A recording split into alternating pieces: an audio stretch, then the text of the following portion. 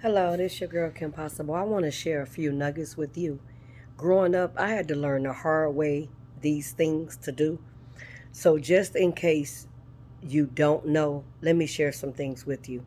Young ladies, whenever a man that you're trying to impress comes over to your house, first of all, what you want to do is make sure your house is clean. I know you already know that. I'm not telling you nothing new. But what is it that you consider clean? That's what I'm talking about. I'm talking about your blinds, your shades, your curtains, whatever you have up to your windows. I'm talking about your glass in your front window. Is that clean? I'm talking about your baseboards around your wall. I'm talking about in your bathroom, around your toilet seat. Pull the toilet up and look and see. Make sure all of that is clean. Make sure your tub is clean and does not have any ring or any loose chip paint around it. A lot of you all, I can already tell you, you need to get your tub glazed. It's probably $200 to $300. It may be for it, but it's worth it. Don't let him see that tub looking bad. I don't care how long you've been there, and I do not care if you do not own your property. It does not matter. Get that tub and that sink fixed. It should be no rust spots in your sink from water dripping. What you may need to do is call a plumber and get a plumber. I don't care who the landlord is. Stop making excuses for you living like that. You call a plumber and you ask him to come and fix any pipes that you have that is continuously dripping. Period. That's all you have to do. It's not going to be that much. It's not even going to be $100. I can tell you that much. Then the dishes. Okay, I know everybody washes their dishes. I know you put them up. I know it's not dishes in your sink. But let me show you what happened to me today. What I was looking at. Give you a good example of something that you could pay attention to. It took me several things to hold on. One of the frying pans, look, one of the frying pans, um, this part right here, that part right there. And you see it's a different screw. So like, this what it was doing. You know how when it's loose. You see the pan is loose.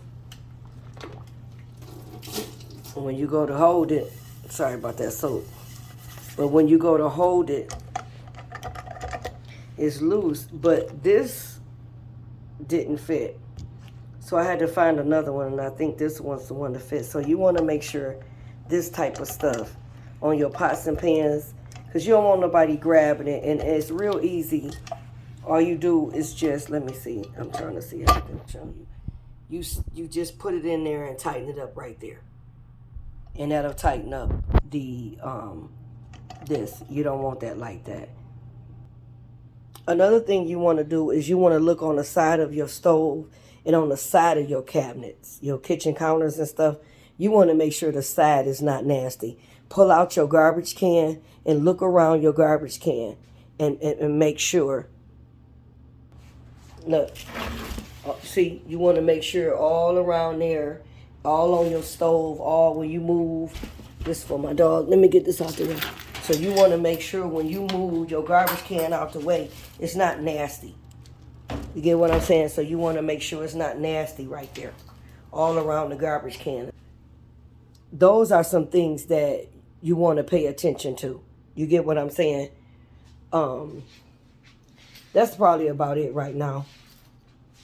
Yeah, that's probably about it. I can't think of anything else. But I know some of the things I just didn't know. And when my grandmother would come over, she would be, make your bed. Make your kids make their bed. You make your bed, make them make their bed. And it's just really good practice. Practice hospitality. Practice it. Even if it don't matter what time. It's no excuse. It doesn't matter what time you get up. My husband has to be to work. It's not even, you would still consider it, Wednesday night, Thursday night, Friday night, because it's such early in the morning. But he still gets up and make his bed, so it's no excuse. Make your bed. Make your bed and make sure you got good pillows, and make sure your kids have. I'm gonna tell you one thing you should do is change your kids' pillow once a year, change their toothbrush once a month, and change your shower curtain like once every 3 months. Do that. Make sure your kids change their toothbrush. Don't let them just have the same toothbrush all school year. Them bristles don't work like that. It's not meant to be for a lifetime. You get what I'm saying? So you want to make sure that you change change they toothbrush, change their sheets, change their pillows. Every year, you just throw those socks. Every summer, just throw the old socks away and just get them, especially if they like 10 and under. Throw them old socks away and just get them some new socks every summer. These just nuggets I was just thinking about, just trying to help you. And then when you have company, I'm going to show you what else you want to do, ladies, what can help you in the relationship. If you have kids, you spend time with those kids and you sit down and you talk to them and you explain to them in a way, Mom is getting ready to have company. When he first come in, I'm going to pay him some attention. I want you all to go in there and start watching the room. You give me a little bit of time, and then you all can come in and say hi. But we're not going to bombard him as soon as he walk in the door. He ain't your daddy, so calm that down. Little bitty, simple, practical things. And if it's your husband or if it's their stepfather or even if it's their father, when they walk in, give them a minute. Give them a minute to transition from having a work mindset and having to deal with everybody at work. And now you got to switch his mindset to being at home. I thank you, Bishop Joyce, because you taught me that. You give a man a minute to come home and transition to, okay, now you got to put on a hat as a husband or as a father or as a brother or as a son. Give them a minute to transition. So when they come in, that first 30 minutes, just greet them at the door. Hello, I miss you, whatever. I don't care. My sons are grown, and I still let them know every time I see them, I miss you. I love you. My daughter come over when she leave. I walk her all the way to the car. I just want you to know I miss you. I miss every hour with you. I enjoy every hour with you. And I walk her to the car. I treat her like a princess all the time, and she's a grown woman. She'll be the first to shoot you for anybody, but anytime she leave my house, I walk her right to the car because I want to keep talking to her. I want to keep talking to her. So you want to make sure you show love. It don't have to be nurturing. I didn't nurture my kids, none of them, but they knew that I loved them because of the love language that I did display. So you want to make sure that they understand the language that you're trying to display. Not sitting there mad because you ain't buy them nothing and your love language is physical touch. Do you get what I'm saying? My kids knew it wasn't no physical touch. I wasn't going to hug them. I wasn't going, they didn't try to sleep with me. It wasn't none of that. But they knew I loved them because I provided and the sacrifices I made for them.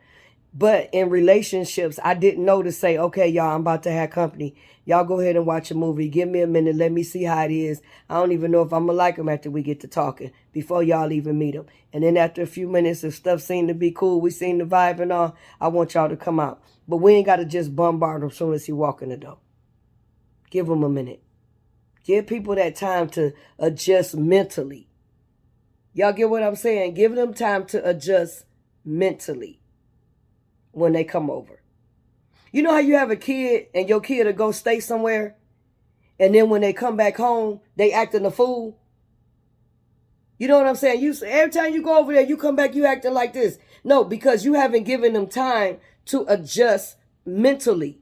Teach them how to make the mental adjustments that they need to make. Get them in the habit of doing that. And it'll become easy. They'll be able to walk in and out and be able to wear different hats quickly. But right now, you have to teach them how to transition mentally. All right, that's enough. Y'all know I'm giving y'all too much already. Anyway, this your girl, Kim Possible. Y'all be blessed, okay? Listen, I wish above all things that you prosper and be in good health, even as your soul prosper. Just as much as you laugh, just as much as you smile, just as much as you be on the internet, Facebook, Instagram, YouTube, whatever it is. I pray that you have a relationship just as close with God. It's only our Father in heaven. It's only because of him that we live and move and have our being. Make sure you stay in touch with him now. Till we meet again. Till we talk again. Till you come on here again. Thank you for supporting me. Always, I thank you so much for your time. You be blessed. Bye-bye.